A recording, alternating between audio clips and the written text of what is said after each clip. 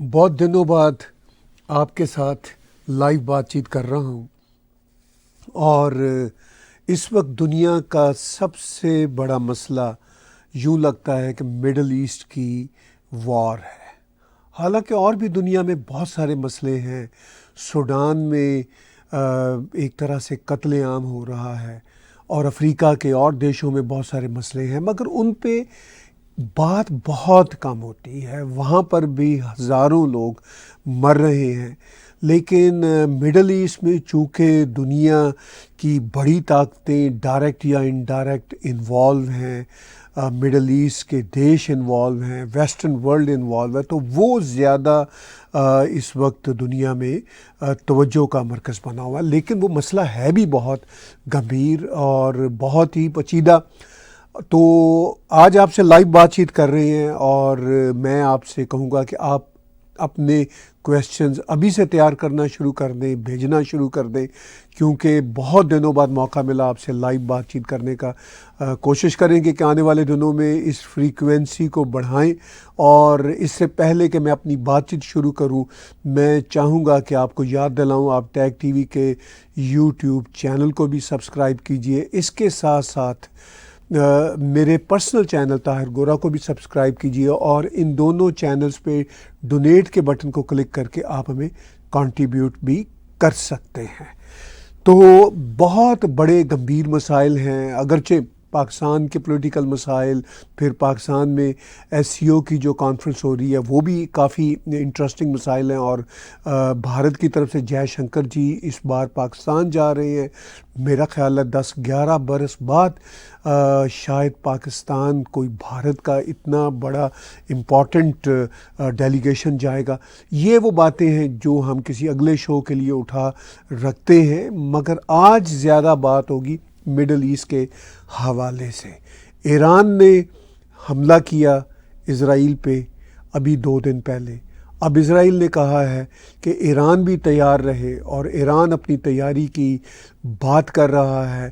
کیا ایران اس قابل ہے کہ اسرائیل کے حملے کو روک پائے گا؟ کیونکہ زیادہ خطرہ یہ ہے کہ اسرائیل کا یہ حملہ ایران کی جو تیل کی تنصیبات جن کو کہا جاتا ہے، جو ان کے کنویں ہیں، جو ان کی ساری کی ساری فیسلٹیز ہیں، اس پہ شاید حملہ ہوگا، اور تیل اور گیس کے ذخائر پہ، اور اس پہ دنیا میں اور مسئلہ آئے گا اگر یہ حملہ اس طرح ہوتا ہے۔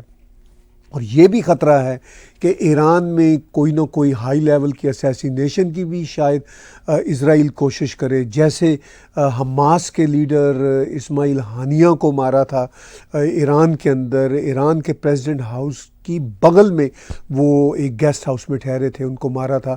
پھر ابھی چند دن پہلے لیبنان میں حزب اللہ کے لیڈر حسن نصر اللہ کو اسرائیل نے مارا ہے۔ ابھی ایران کے فارن منسٹر اس وقت بیروت میں ہیں۔ تو خطرہ یہ ہے کہ یہ جو جنگ ہے یہ اور کمپلیکیٹڈ ہوگی۔ اب میں نے کئی بار اپنے اسی ٹیگ ٹی وی کے ولاگز میں بھی، شوز میں بھی یہ کہا ہے کہ یہ جو جنگ ہے ان لائکلی ہے کہ یہ تھرڈ ورلڈ وار میں جائے گی، کیونکہ یہ مسئلہ پرانا ہے، اسی طرح آن اینڈ آف چلتا رہتا ہے۔ اس بار سوشل میڈیا کی وجہ سے، اور ویسے بھی نتن یاہو کے جو پلانز ہیں ان کی وجہ سے یہ زیادہ جنگ بڑھ گئی ہے، کیونکہ نتن یاہو ایسا سوچتے ہیں کہ میں اس بار ونس فار آل خاتمہ کر دوں ان جہادی گروپس کا۔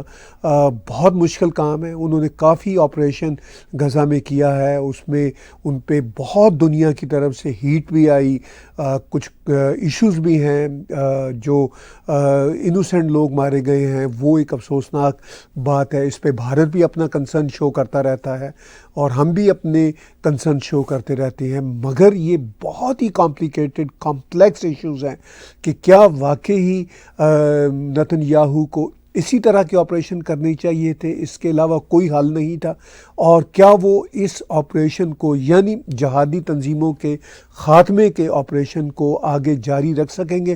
اور ان کے پیچھے جو سب سے بڑا دیش ہے وہ آف کورس ایک ہی ہے، ایران، کیونکہ عرب دنیا کے دیش تو پیچھے ہٹ چکے ہیں۔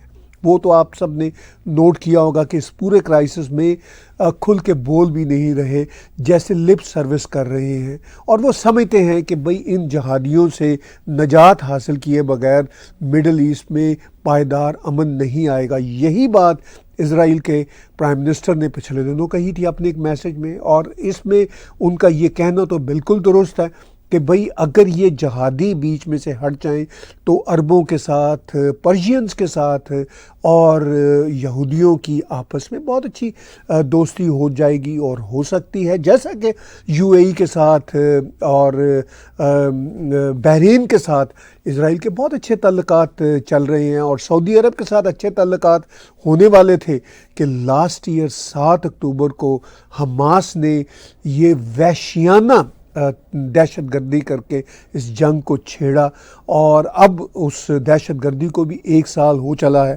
تو یہ وہ باتیں ہیں جو میں آپ کے سوالات کی بیسس پہ آگے لے کے جانا چاہوں گا۔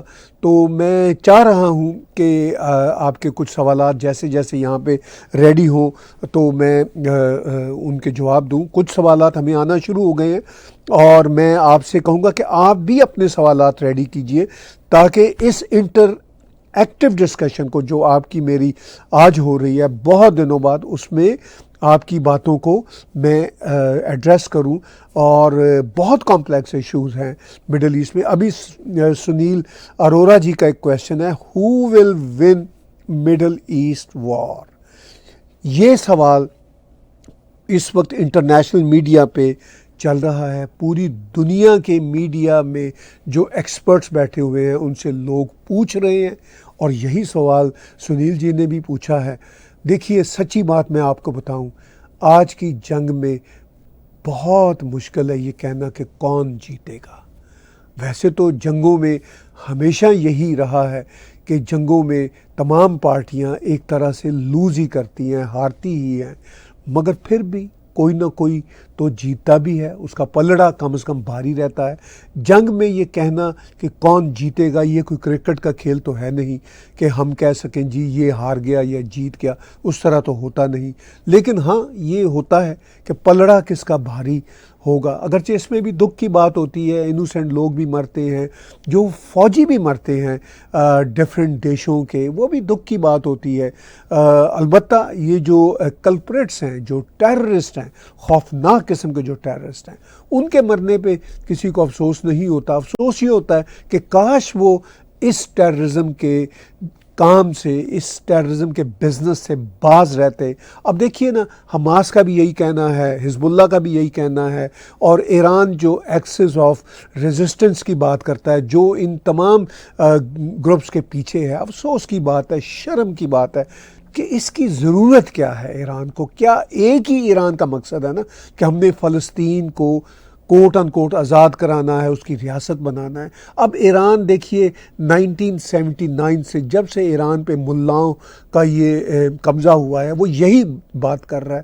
تو اب کون سا فلسطین آزاد کروانا تھا؟ ایران کی ان تمام تر حماقتوں کی وجہ سے، ٹیررزم کی وجہ سے، اب وہ سکڑتے سکڑتے جو فلسطین بن سکتا تھا وہ 2 پٹیاں رہ گئی ہیں، اور ہزاروں کیا اب تک لاکھوں لوگ مر چکے ہیں۔ اگر میں فار دا پاسٹ بات کروں آلموسٹ 60-70 ایئرس کی، اور کیا حاصل ہوا ایران کو بھی، کیا ملا؟ چونکہ اسرائیل تو بیسیکلی جنگ نہیں کرنا چاہتا تھا، نہ اسرائیل یہ جنگ کی شروعات نارملی کرتا ہوتا ہے۔ اسرائیل کے لوگ کم ہیں، وہ تو جینا چاہتے ہیں، مگر یہ جہادی قبضہ کرنا چاہتے ہیں۔ اب ان کا یہ کہنا ہے کہ جی ہم نے اپنے فلسطین کے دیش پہ اسرائیل نے قبضہ کر لیا تھا تو ہم نے آزادی حاصل کرنی ہے، اور یہی بات پاکستان میں، بنگلہ دیش میں، ایون انڈیا میں بیٹھے ہوئے مسلمان کرتے ہیں۔ میں ان سے پوچھنا چاہتا ہوں کہ دنیا میں دیش تو اسی طرح بنتے، کیا پاکستان قبضہ نہیں ہے بھارت کی جگہ پہ؟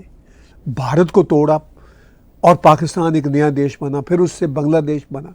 تو کیا اب بھارت کے لوگ پاکستان پہ اور بنگلہ دیش پہ سوئسائڈ اٹیک کرتے رہے کہ جی آپ نے ہماری دھرتی چرائی ہے؟ یوگوسلاویہ سے ملک بنے اتنے زیادہ۔ موو آن، دنیا میں دیش اسی طرح بنتے ہیں۔ اسرائیل جب بنا تھا شروع میں اچھی خاصی زمین فلسطین کو دینا چاہتا تھا، مگر فلسطینیوں نے وہ زمین نہ لی۔ اس وقت یاسر عرفات اور دوسرے لوگ ہوتے تھے، اس وقت عرب لوگ بھی جنگ میں اسرائیل کے خلاف آئے، پھر آہستہ آہستہ عرب ساتھ چھوڑتے گئے، اور پھر یہ ٹھیکہ جو ہے وہ ایران نے اٹھا لیا۔ تو اب یہ جو جنگ ہی چل رہی ہے، اور ظاہر ہے یہ جنگ بیسیکلی اسرائیل اور ایران کی ہے، کیونکہ حماس کے پیچھے بھی ایران ہے، حزب اللہ کے پیچھے بھی ایران ہے، یمنی ہوتیوں کے پیچھے بھی ایران ہے، اور ایران کا وہ والا معاملہ نہیں ہے جو کبھی ہوتا تھا، اور اسرائیل بھی اب بہت پاورفل ہو چکا ہے۔ تو آپ کا یہ سوال کہ کون جیتے گا، میری رائے میں پھر میں کہوں گا کہ ہار اور جیت جنگ میں اس طرح کی نہیں ہوتی جس طرح کرکٹ کے میچ میں ہوتی ہے۔ تباہی دونوں طرف ہو رہی ہے، اسرائیل کے فوجی بھی مر رہے ہیں، کئی شہری بھی مر چکے ہیں، اور 7 اکتوبر کو تو 1200 شہری مر گئے تھے، اور پھر 200-250 یہ یرغمال بنا کے لے گئے حماس والے، کچھ چھوڑ دیے ہیں، ابھی بھی کہا جاتا ہے 100 کے قریب یرغمال ہیں۔ تو یہ افسوسناک صورتحال ہے، اور یہ انہی جہادیوں کی پیدا کردہ ہے، اور ایران نے اپنی عوام کا بھی ستیہ ناش کر دیا ہے، اور ان جہادیوں کو پال کے اس علاقے کا ستیہ ناش کر دیا ہے۔ بیروت جیسا خوبصورت شہر، لبنان جیسا خوبصورت دیش بھی برباد کر دیا۔ یہ سب اور سب ایران کی کارستانی ہے۔ دکھ ہوتا ہے کہ ایران نے ایسا کیوں کیا، ایران کو کیا فائدہ ہوا؟ اب ایران خود مسائل کا شکار ہے، کسی وقت بھی ایران کے اوپر خوفناک اٹیک ہو سکتا ہے۔ ایران اتنا قابل نہیں ہے کہ وہ اسرائیل کو ہرا سکے۔ ٹھیک ہے، ایران کے پاس ڈرونز بھی ہیں، بیلسٹک میزائل بھی ہیں، مگر اسرائیل کے پاس بہت جدید اسلحہ ہے، اور اس کے پیچھے امریکہ اور پوری ویسٹرن ورلڈ کھڑی ہے، یہ جانتا ہے ایران۔ اور ایران کی دوستی روس اور چین کے ساتھ ہے، مگر ایسا نہیں ہوگا کہ چین اور روس اس طرح ایران کا ساتھ دیں گے جس طرح امریکہ اور ویسٹرن ورلڈ اسرائیل کا ساتھ دیں گے۔ تو یہ ہے سچویشن۔ سوالات اور بھی آ رہے ہیں، میں آپ کو یاد دلاتا ہوں کہ آپ اپنے کویسچنز لکھیے، اور بہت دنوں بعد آپ کے ساتھ انٹریکشن ہو رہا ہے۔ اب یہ راج گگن جی کا سوال ہے، will Israel be able to solve Middle East issue this time؟ Interesting سوال ہے، تھوڑا سا میں کہوں گا کہ کنفیوز سوال بھی ہے، اور یہ سوال میں یہ نہیں کہتا کہ راج جی نے کوئی کنفیوز سوال کسی کنفیوژن کی وجہ سے بھیجا ہے۔ یہ کنفیوژن اوور آل ہے کہ یہ بھی لوگ جاننا چاہتے ہیں کہ اگر اسرائیل اتنا بڑا آپریشن کر رہا ہے، اتنی بڑی جنگ لڑ رہا ہے، تو کیا اسرائیل جو ہے وہ اس بار ایشو جو مڈل ایسٹ کا ایشو اس کو سالو کرنے میں کامیاب ہوگا؟ دیکھیے، مڈل ایسٹ کا جو ایشو ہے اس میں اسرائیل سے زیادہ تو ایران کا ہاتھ ہے، اور یہ حماس، ہوتی، حزب اللہ، یہ سب کے سب ایران کی وجہ سے اتنا اچھل کود رہے ہیں اور اتنی خوفناک بربادی لا رہے ہیں۔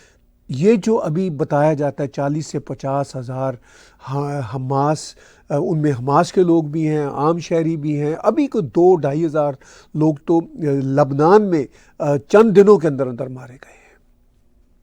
تو اس کی ذمہ داری کن کے اوپر ہے؟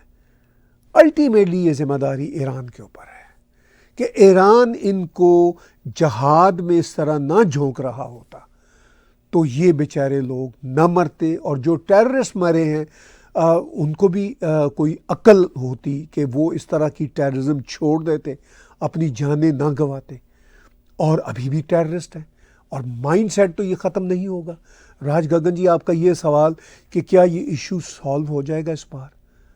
دیکھیے، یہ ایشو اس بار بھی مکمل طور پر سالو نہیں ہوگا، مگر پچھلی باروں کی طرح شاید کسی حد تک سیٹل ضرور ہوگا اتنی بڑی بلڈ شیڈ کے بعد، کیونکہ اب حماس کو بھی اندازہ ہو جائے گا، جتنے وہ رہ جائیں گے، حزب اللہ کو بھی اب اندازہ ہو جائے گا، اور ہو رہا ہے، ہوتیوں کو بھی اندازہ ہو جائے گا کہ ہمارا جو پالنے والا ایران ہے وہ اب اتنا قابل نہیں ہے، نہ اس کے پاس بہت پیسہ ہے، بے پناہ سینکشنز ہیں، اور اس کے جو 2 بڑے سپر پاور دوست ہیں چین اور روس، وہ بھی اس کا ساتھ اس طرح نہیں دے سکتے اور نہ دیں گے، کیونکہ ان کی بھی چین کی بھی دنیا بھر کے ساتھ ٹریڈنگ ہے، امریکہ کے ساتھ مسائل ٹھیک ہے چل بھی رہے ہیں، مگر ان کا امریکہ کے ساتھ یورپ کے ساتھ ٹریلینز ڈالر کا بزنس ہے۔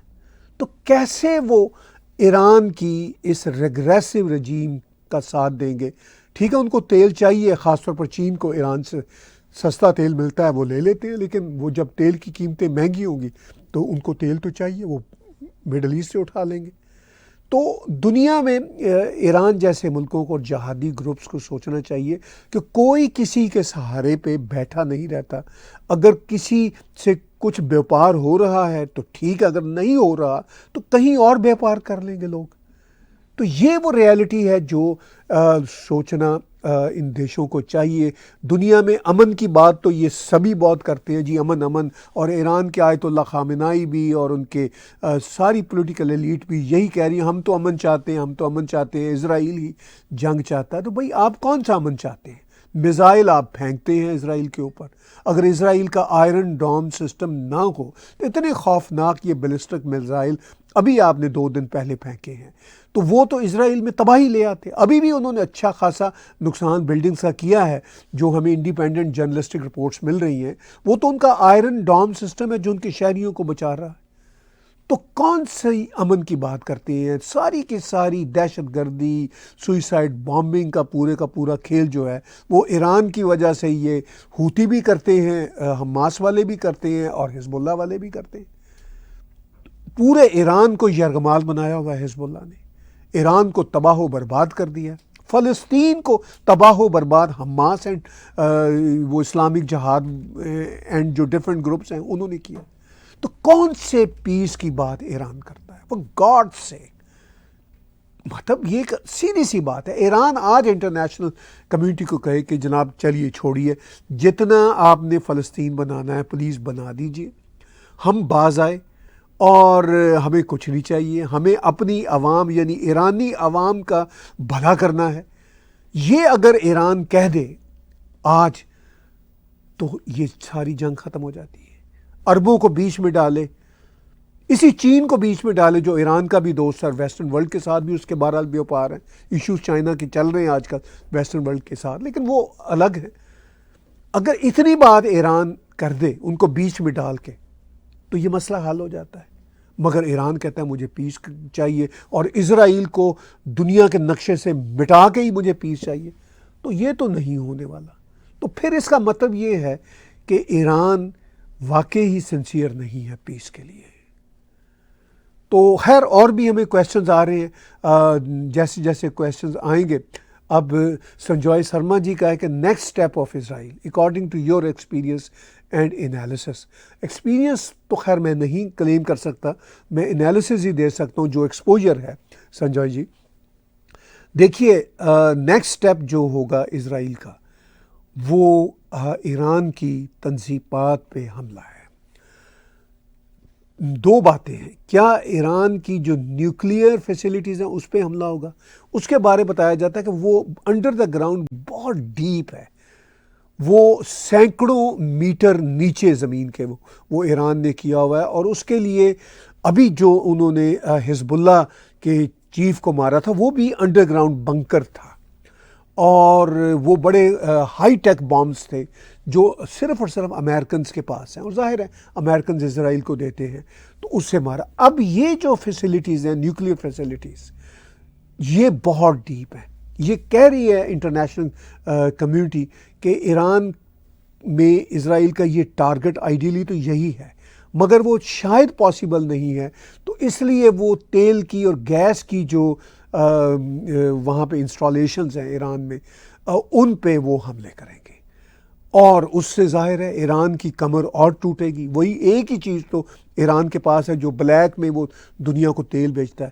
سینکشنز لگی ہوئی ہیں، ایران پہلے زیادہ سینکشنز لگنے سے پہلے ایون انڈیا کو بھی بلینز اینڈ بلینز ڈالر کا تیل دے دیتا تھا، لیکن جب زیادہ سینکشنز لگ گئی تو پھر انڈیا نے تیل بائی کرنا بند کر دیا ہے۔ اب وہ چائنا کو دے رہا ہے، ادھر ادھر بلیک مارکیٹ میں تیل نکل جاتا ہے، پھر گھوم گھما کے کہیں نہ کہیں آ جاتا ہے، اور ایون میں تو یہاں تک سنتا ہوں کہ بلیک مارکیٹ کو جو تیل ایران کا جاتا ہے وہ کچھ نہ کچھ تیل یورپین کنٹریز کو بھی وہ اس بلیک مارکیٹ سے گھوم گھما کے بک جاتا ہے۔ تو بلیک مارکیٹ تو ایسی ہی ہوتی ہے. تو اس ساری صورتحال میں اب جو آپ کا یہ سوال ہے کہ نیکسٹ سٹیپ کیا ہوگا، تو نیکسٹ سٹیپ ایران تو واضح کہہ رہا ہے کہ جی اسرائیل ہم پہ حملہ کرے گا، اور اسرائیل بھی کہہ رہا ہے کہ ہم آپ پہ حملہ کریں گے اور شدید حملہ کریں گے. اب نیکسٹ سٹیپ یہی ہے کہ اسرائیل اگر واقعی حملہ کرتا ہے اور شدید حملہ کرتا ہے تو پھر ایران بھی حملہ کرے گا. اس کا فردر نیکسٹ سٹیپ یہ ہوگا. آئیڈیلی تو یہی ہونا چاہیے کہ ایران کال دے دے، ابھی سے کال دے دے، اس سے پہلے کہ اسرائیل حملہ کرے، کہ جناب ہم باز آئے اس جنگ سے، ہم دنیا کے دیشوں کو بیچ میں ڈالتے ہیں اور سوری جو کچھ ہوا ہم اب ایشورنس دیتے ہیں کہ اس سے باز آئے. مگر ایسا تو نیکسٹ سٹیپ ہوتا نظر نہیں آ رہا. نیکسٹ سٹیپ یہی ہوتا نظر آ رہا ہے کہ اسرائیل ایک شدید اٹیک کرے گا اور اس کے نتیجہ میں پھر اسی طرح کا ایک اور نیکسٹ سٹیپ کریٹ ہوگا. تو بات چیت آپ کے ساتھ کر رہا ہوں میں مڈل ایسٹ کی صورتحال پہ، لائیو بات چیت ہے. بہت دنوں بعد آپ کے ساتھ لائیو بیٹھنے کا موقع ملا ہے اور کوشش ہوگی آنے والے دنوں میں لائیو آپ کے ساتھ بات چیت کرتے رہیں.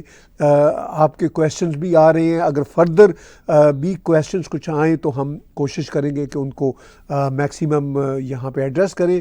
What is your view on Zakir Naik being welcomed by the Pakistan government? Why do they welcome individuals who are wanted by India? دیکھیے آج ہم زیادہ فوکس تو اس پہ کر رہے ہیں، مگر اس پہ بھی کوئی حرج نہیں ہے، بات کرنی چاہیے. ذاکر نائک بھی ایک جہادی مائنڈ سیٹ کے آدمی ہیں. ذاکر نائک کو میں نے ان کے پیس ٹی وی پہ چند بار سنا، میں نے ریسرچ بھی کی اور میں نے دیکھا کہ وہ قرآن شریف کے بارے میں جو باتیں کرتے ہیں وہ بہت لٹرل لیول کے آدمی ہیں، لٹرلسٹ جن کو ہم کہتے ہیں. اور وہ مطلب ان کو پتہ ہے سارے کا سارا اسلام کا، مگر وہ اپنی مرضی سے جو فنڈامنٹلسٹ قسم کے لوگ ہیں نا وہ ہیں. اسلام میں جو ماڈرن انٹرپریٹیشن ہے جو اب عرب ورلڈ کر رہے ہیں وہ اس کے مطابق نہیں چلتے. تو پاکستان میں ان کا ویلکم کیوں ہو رہا ہے؟ تو یہ پاکستان کی بدقسمتی ہے، اور میں کہوں گا کہ یہ ذاکر نائک کی بھی بدقسمتی ہے کہ پاکستان جیسا دیش ان کی اب ان کے لیے راہیں بچھائے بیٹھا ہے. اور پاکستان میں کیا اس طرح کے جو مولوی ہیں وہ پہلے کم تھے کہ ایک انہوں نے اور نمونہ وہاں پہ بلا لیا. اور میں ان کے پاکستان میں ایک دو انٹرویو انہوں نے دیے ہیں ٹیلی ویژن پہ سن رہا تھا، اور میں کبھی آنے والے دنوں میں ایک بڑا تفصیلی ولاگ کروں گا. اور مجھے ہنسی آ رہی تھی کہ ذاکر نائک کس طرح کی باتیں کر رہے تھے. اسی اسرائیل اور ایران کی جنگ کے کانٹیکس میں کسی نے ان سے پوچھا انٹرویو میں پاکستان کے ٹیلی ویژن نے کہ جی مسلمان تو اب دنیا میں بہت پیچھے رہ رہے ہیں، ہر کوئی انہیں مار رہا ہے، تو آپ اسلام کا بول بالا کیسے دیکھتے ہیں؟ تو اب سنیے ذاکر نائک نے اس انٹرویو میں کیا کہا تھا. اس نے کہا تھا نہیں فکر نہ کریں، یہ جو لوگ مر رہے ہیں فلسطینی، ان کی ماؤں کے دلوں میں بھی اور ان کے رشتہ داروں کے دلوں میں بھی، اور جو نوجوان ہیں فلسطینی حماس میں، ان کے دلوں میں اتنا جذبہ جہاد ہے، وہ امن ہے، ان کو مرنے سے کوئی ڈر نہیں ہے. انبلیویبل دس مین. یہ ہے ذاکر نائک 21 صدی میں ایسی باتیں کر رہا ہے، 21ویں صدی میں اس طرح کا مائنڈ سیٹ ہے. تو بدقسمتی ہے پاکستان کی بھی کہ پاکستان بڑھا چڑھا کے اس کو پیش کر رہا ہے. اور آپ کا یہ پوچھنا کہ بھارت کے جو دشمن ہیں ان کو ہی پاکستان کیوں ویلکم کرتا ہے؟ اس لیے کہ پاکستان بدقسمتی سے بھارت کی دشمنی سے باز ہی نہیں آیا. تو پاکستان کے لیے سب سے بڑا تحفہ یہی ہے کہ بھارت کی دشمنی کا، اور خاص طور پر ہندوؤں کی دشمنی کا، جہاں کہیں بھی ان کو موقع ملے وہ اس سے ایک قدم پیچھے نہ ہٹے. خود اس کی اکانومی بھلے سے بیٹھ جائے، تباہ و برباد ہو جائے، مگر اس کو اس بات کی کوئی پرواہ نہیں. اس کے لیے تو یہی بڑے اعزاز کی بات ہے کہ جی بھارت کے دشمن ہمارے ہاں آ گئے. ان کو اسٹیٹ گیسٹ کے طور پر بلایا گیا ہے. ایسا نہیں ہے کہ کسی وہاں پہ کسی اسلامک آرگنائزیشن نے بلایا ہو، پاکستان کی کسی عام لوگوں نے بلایا ہو ذاکر نائک کو. گورنمنٹ آف پاکستان نے ان کو اسٹیٹ گیسٹ کے طور پر بلایا ہے. تو اس سے آپ اندازہ کیجئے کہ یہ ہے پاکستان، اور یہ ہے پاکستان کی بدقسمتی اور ذاکر نائک کی بھی بدقسمتی. جی کویسچنز ہمیں آ رہے ہیں. سمیر آنند صاحب کا ہے، why is the world not talking about innocent peoples killing in Gaza and Beirut?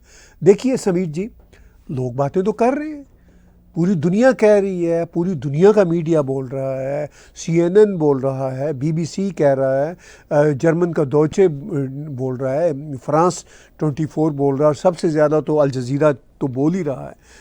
نہ صرف میڈیا، دنیا کی آرگنائزیشن، ہمارے کینیڈا کے پرائم منسٹر بار بار کہہ رہے ہیں، جو بائیڈن کہہ رہے ہیں، سبھی کہہ رہے ہیں، لیکن ریئلسٹیکلی ہمیں دیکھنا ہے کہ سلوشن کیا ہے، کیونکہ 7 اکتوبر 2023 کو جب حماس نے ٹیررزم کی، بدترین وحشیانہ ٹیررزم کی، تو اس ٹیررزم کے بعد آپشن کیا بچتی تھی اسرائیل کے پاس؟ اسرائیل نے اٹیک کیے حماس کے لوگوں کو جو اس کے پیچھے تھے دہشت گردی کے، ان کو پکڑنے کے لیے، ان کو مارنے کے لیے۔ تو ان اٹیکس کے بعد معاملات بگڑتے چلے گئے، بالکل انوسنٹ لوگ مر رہے ہیں، لیکن بدقسمتی سے اسرائیل کا یہی کہنا ہے کہ ہمارے پاس کوئی سلوشن نہیں ہے، انہوں نے لوگوں کو ہیومن شیلڈ بنایا ہوا ہے۔ اور واقعی وہ چھوٹے چھوٹے علاقے ہیں، چاہے یہ بیروت کی اب مثال ہو، غزہ کی مثال ہو، جہاں پہ ملینز لوگ رہ رہے ہیں بہت چھوٹی چھوٹی پٹیوں میں، اور حماس والے اور حزب اللہ والے وہیں پہ چھپ جاتے ہیں، ہاسپٹلز میں انہوں نے اپنے ٹیررسٹ آفیسز بنائے ہوئے ہیں۔ تو کوئی مطلب سلوشن نہیں ہے۔ اب دنیا بات کر رہی ہے سمیر صاحب، دنیا بات کر رہی ہے، ہر کوئی کر رہا ہے، ایون ہم کر رہے ہیں، اپنی ٹی وی پہ دکھ کا اظہار کر رہے ہیں، اور بھارت کی سرکار کر رہی ہے، مگر سب کو پتہ ہے کہ بھئی یہ جو ٹیررسٹ ہیں، حماس والے، حزب اللہ والے، انہوں نے ہیومن شیلڈ بنایا ہوا ہے، اور اسرائیل کا کہنا ہے کہ اس بار مجھے صفایا کرنا ہوگا۔ تو وہ اپنا صفایا کر رہے ہیں، اور ان کو صفایا کرنا ہی ہے۔ تو افسوس کی بات ہے کہ یہ اس بار معاملات بگڑ رہے ہیں۔ ہم کچھ اور دیر آپ سے بات چیت کریں گے، کویسچنز اور آپ کے لے رہے ہیں، اور میں چاہوں گا کہ اور بھی آپ کویسچنز لکھیں۔ اور اب دیکھیے، ایک اشروتی جی نے کویسچن بھیجا ہے، will Middle East conflict turn into third world war? یہ ایک بہت بڑا کویسچن ہے، اور بائی دا وے میں ابھی پیچھے ذاکر نائک کی بات کر رہا تھا، تو اس میں انہوں نے ذاکر نائک سے، وہ پاکستان کے ایک ٹیلی ویژن میں انٹرویو کے دوران انٹرویو اینکر نے پوچھا کہ جی تھرڈ ورلڈ وار کا کتنا چانس ہے، اور اینڈ آف دا ورلڈ اب کہاں پہ ہے؟ تو انہوں نے بتا دیا، انہوں نے کہا جی کہ اینڈ آف دا ورلڈ کے 2 بڑے سائنز ہیں، کچھ تو ہیں مائنر سائنز ہیں جو وہ کہتے ہیں سارے آ گئے، وہ کہتے ہیں فحاشی دنیا میں ہو گئی، دنیا میں کوئی کسی کی سنتا نہیں، وہ سارے آ گئے۔ پھر کہہ رہے ہیں اب میجر آئیں گے ایونٹ، میجر میں وہ پتہ نہیں جو اسلام میں ان لوگوں نے بنایا ہوا ہے کہ جی ایک وہ دجال آئیں گے، پھر امام مہدی آئیں گے، تو وہ بس کہتے ہیں کہ وہ اب کام شروع ہونے والا ہے، اور اینڈ آف دا ورلڈ جو ہے نا آئندہ کوئی 50-100 سالوں میں شاید ہو جائے۔ تو وہ تو اپنی end of the world third world war بتائی بیٹھے ہیں، اور ساتھ ساتھ وہ یہ بھی کہہ رہے ہیں کہ مسلمان اگر پٹ بھی رہے ہیں تو کوئی چنتا والی بات نہیں، ان کے من میں شانتی ہے، کوئی فکر والی بات نہیں، وہ پٹ رہے ہیں تو پٹنے دیں۔ تو یہ ہے ذاکر نائک کا معاملہ۔ اب تھرڈ ورلڈ وار کے بارے میں جو جرنلسٹیکلی اور جیو پولیٹیکل کے جو پیرامیٹر ہیں ان کے حوالے سے کئی بار کہہ چکا ہوں کہ اس جنگ سے تھرڈ ورلڈ وار نہیں ہوگی۔ I don't think so, in likely ہے، کیونکہ یہ اس تھرڈ ورلڈ وار میں جب تک بڑی پاورز نہ کودیں تب تک تھرڈ ورلڈ وار کا کوئی معاملہ نہیں ہوتا۔ اس میں دیکھیے ایران ہے، ان کے ساتھ تو عرب نہیں ہیں، اور چین اور روس بھی نہیں ہے، وہ بھی دیکھتے ہیں کہ جب عرب نہیں ہیں تو ہم کیا کریں گے۔ کبھی آپ نے انڈونیشیا، ملائیشیا، ایون پاکستان کی بات تو ہوتی ہے غزہ کے لیے، وہ ان کی سٹیٹمنٹس تو جاتی ہیں، مگر کبھی انہوں نے کہا ہم فوجیں بھیج رہے ہیں۔ ایون پاکستان جو سب سے زیادہ اچھلتا کودتا ہے، کبھی کہا فوجیں بھیجیں گے۔ پاس ہی ہے مڈل ایسٹ میں، نیٹو کا ممبر ہے ٹرکی، اور طیب اردگان جی کو تو وہ کافی اسلام کا وہ ہوتا رہتا ہے، اسلامی امہ کا ان کو جذبہ کافی بیدار ہوتا رہتا ہے صبح و شام۔ کبھی انہوں نے کہا کہ میں نیٹو میں ہوں، اور نیٹو میں ٹرکی کا بائی دا وے کچھ 2nd یا 3rd کنٹریبیوشن ہے، کافی بڑی پاور ہے نیٹو میں۔ کبھی انہوں نے کہا کہ نیٹو جو ہے جائے اور فلسطینیوں کو بچائے، بس وہ لپ سروس ہے، زبانی کلامی بولتے رہتے ہیں۔ تو جب ٹرکی ساتھ ہے وہ اپنی پرسنل کیپیسٹی میں یا نیٹو کے ممبر کی کیپیسٹی میں کچھ عملی طور پر نہیں کہتا. کبھی کہا ٹرکی نے کہ میں فوجیں بھیج رہا ہوں، کبھی ایون عراق نے، ایون سیریا نے کہا فوجیں بھیج رہا ہوں، ایون حزب اللہ ادھر وہاں پہ بیٹھ کے لڑ رہا ہے لبنان میں، ادھر حماس ہے. حزب اللہ نے بھی اپنے فائٹرز وہاں پہ غزہ میں نہیں بھیجے. تو تھرڈ ورلڈ وار کا چانس ان لائکلی ہے. روس اور امریکہ بھی اس میں کودنے سے رہے، تھوڑی بہت مدد کر دیں گے، بولتے رہتے ہیں، وہ لپ سروس ہوتی ہے. عرب دنیا بھی اس دعا میں ہے کہ ان جہادیوں سے جان چھوٹے ہماری، تو پھر ہم آگے دیکھیں گے. تو آئی ڈاؤٹ، بلکہ آئی ایم شیور کہ تھرڈ ورلڈ وار کا کوئی اس جنگ کے ذریعے کوئی چانس نہیں ہے. یقین کیجئے مجھے اگر یہ چانس نظر آتا تھا تو وہ یوکرین اور رشیا کی جنگ میں زیادہ نظر آتا تھا. اپیرنٹلی اب وہ جنگ دھیمی پڑ رہی ہے، چونکہ یوکرین کو فیل ہو رہا ہے کہ بھئی اب ہم پیچھے ہٹیں. ابھی آپ نے دیکھا 2 روز پہلے یوکرین نے روس کے ایک علاقے سے اپنی فوجیں نکال لی ہیں، اور یوکرین کے جو ہیں پریزیڈنٹ زیلنسکی نے جب وہ UNGA کی اسمبلی میں تھے پچھلے ہفتے، تو انہوں نے کہہ دیا تھا کہ بہت جلد یہ جنگ ختم ہونے والی ہے. تو آنیسٹلی اور ویسٹرن ورلڈ کو بھی اندازہ ہو گیا کہ بھئی روس کے ساتھ ہم یہ پنگا اس لیول تک نہیں لے کے جا سکتے. تو اب یہی ہے کہ وہ جنگ کے امکانات وہاں سے مجھے لگتا تھا تھرڈ ورلڈ وار کے، وہ کم ہو گئے ہیں، ختم ابھی نہیں ہوئے یوکرین روس میں. اور لیکن یہاں پہ یہ والا معاملہ اسرائیل اور ایران کا یہ آگے اور بڑھکے گا، مگر تھرڈ ورلڈ وار کا کوئی چانس نہیں ہے. تو بات چیت ہم کر رہے ہیں مڈل ایسٹ کی صورتحال کے حوالے سے. اگر کوئی اور کویسچنز آپ کے پاس ہیں تو وہ دیجئے. شیوم کا کویسچن ہے بامبے سے، how do Russia and China influence Israel Iran relations? بڑا اچھا کویسچنز ہے. دیکھیے بات یہ ہے کہ چائنا اور رشیا جو ہے وہ ایران اور اسرائیل ریلیشنز میں کیسے انفلوئنس کریں گے. بیسیکلی چائنا کی اچھی دوستی ہے اور ان کا ٹریڈ بھی ہے، ایران کے ساتھ تیل لیتے ہیں اور ایران کو اپنی چیزیں بیچتے ہیں. ادھر اسرائیل کے ساتھ بھی چائنا کا ٹریڈ ہے، اچھا خاصا ٹریڈ ہے، لیکن ایران کے ساتھ زیادہ ہے کیونکہ ایران سے تیل لیتے ہیں. رشیا کے تعلقات اسرائیل کے ساتھ بہت برے نہیں ہیں، اچھے نہیں ہیں، کیونکہ اسرائیل الائے ہے ویسٹرن ورلڈ کا، اور ویسٹرن ورلڈ کی جنگ چل رہی ہے یوکرین میں رشیا کے خلاف. اب جو اپیرنٹلی لگ رہا ہے کہ اب ماند پڑ رہی ہے، تو اب مجھے یوں لگتا ہے کہ رشیا اور چائنا بیک ڈور ڈپلومیسی میں، خاص طور پر چائنا، چونکہ رشیا تو خود اس وقت جنگ میں ہے، تو رشیا تو ایڈوکیسی کی پوزیشن میں زیادہ نہیں ہے، بیک ڈور ڈپلومیسی کی پوزیشن میں بھی زیادہ نہیں ہے، مگر چائنا بیک ڈور ڈپلومیسی میں بھی افیکٹو ہے اور انفلوئنشل ہے، سامنے بھی کھل کھلا کے بات کرنے میں بھی انفلوئنشل ہے. تو چائنا ٹھیک ہے اسٹیٹمنٹ ضرور دے رہا ہے، اسرائیل کی مذمت بھی کر رہا ہے، وہ مذمت تو ویسٹرن ورلڈ کے دیش بھی کر رہے ہیں، ایون ہمارے ٹروڈو صاحب بھی کر رہے ہیں، لیکن مذمت وہ زیادہ نتن یاہو کی کر رہے ہیں، وہ مذمت اسرائیل کی نہیں کر رہے. اسرائیل کے ڈیفنس کے لیے پرائم منسٹر ٹروڈو نے بھی کہا ہے کہ میں اسرائیل کے ساتھ ہوں، چونکہ اسرائیل کہ اتنے ایمبیڈڈ ڈیپ ریلیشنز ہیں ویسٹرن ورلڈ اور خاص طور پر امریکہ کے ساتھ. نو میٹر امریکہ جتنا مرضی ناراض ہو اسرائیل سے، مگر اسرائیل کی فل سپورٹ ہے. دنیا میں کوئی دیش یہ کلیم نہیں کر سکتا کہ امریکہ کی مجھے انکنڈیشنل سپورٹ ہوگی، وہ دیش ہے اسرائیل.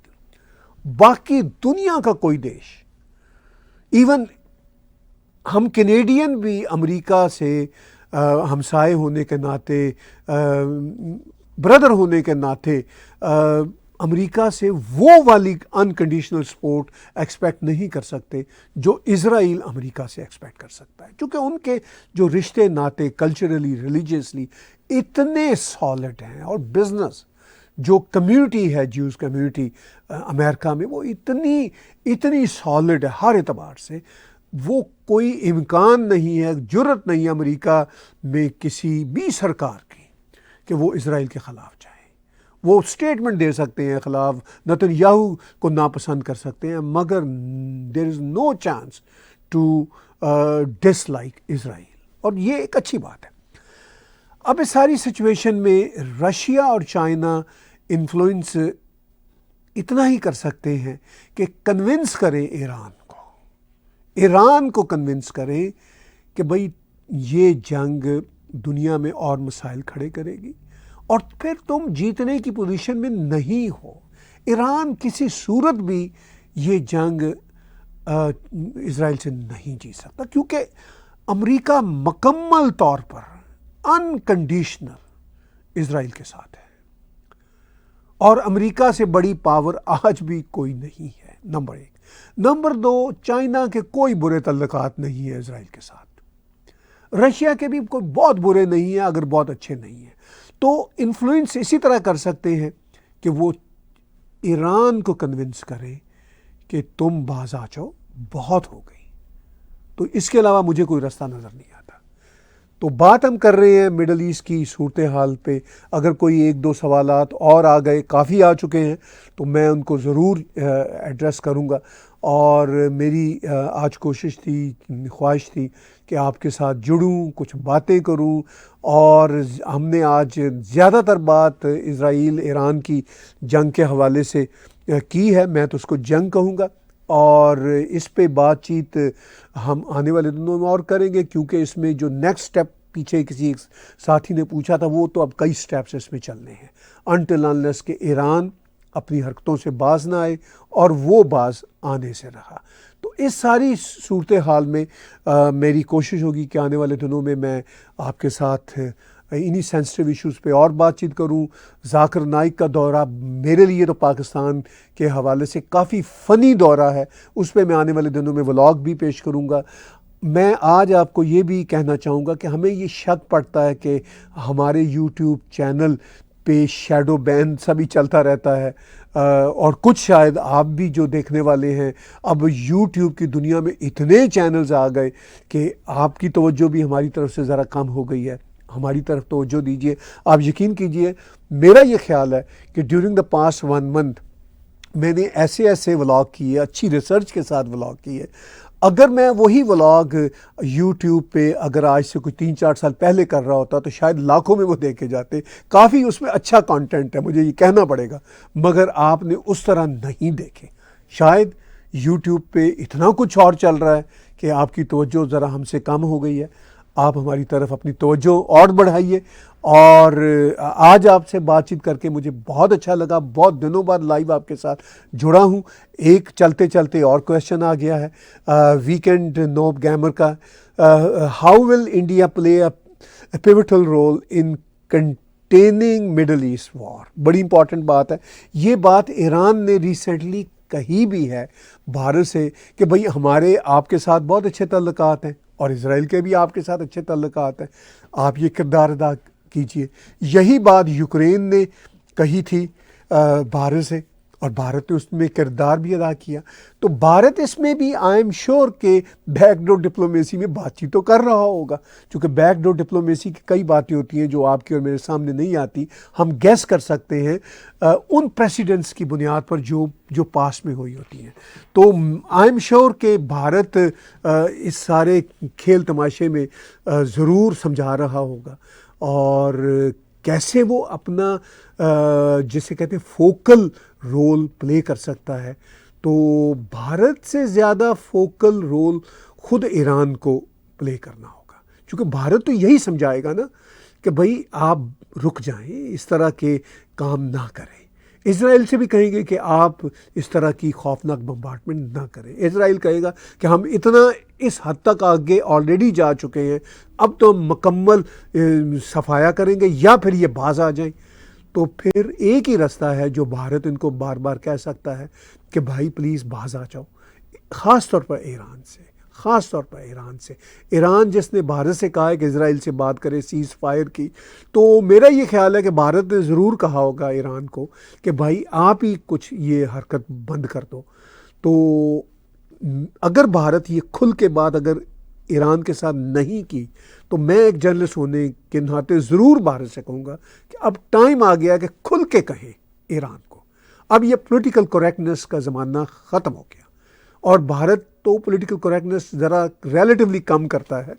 جے شنکر جی تو بہت ڈیپ جو ہیں، نہ صرف یہ کہ فارن منسٹر ہیں بلکہ وہ اسکالر ہیں. تو وہ اب کھل کے بتائیں ایران کو کہ جناب آپ اس سارے میس کو انسٹیگیٹ کرتے ہیں، پیچھے کھڑے ہیں. فار گاڈ سیک، اگر آپ واقعی فلسطین نامی کو ملک بنانا چاہتے ہیں تو اسی طرح ہی بن سکتا ہے کہ آپ اپنے اس جہادی جذبے کو کم کریں. تو اسی طرح بھارت اگر انفلوئنس کرنا چاہے تو کر سکتا ہے. بہت بہت دھنیہ واد. بڑی باتیں ہوئیں آج آپ کے ساتھ، اچھا لگا.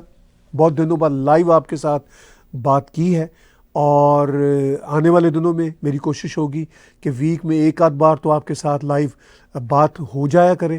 میں ایک روز پہلے آپ کو بتا دیا کروں گا تاکہ آپ کے کویشچنز بھی ریڈی رہیں اور آپ انٹریکٹ بھی مجھ سے ڈائریکٹ کریں. بہت بہت دھنیہ واد.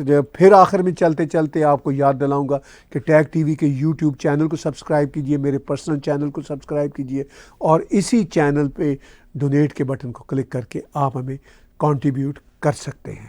بہت بہت دھنیہ واد.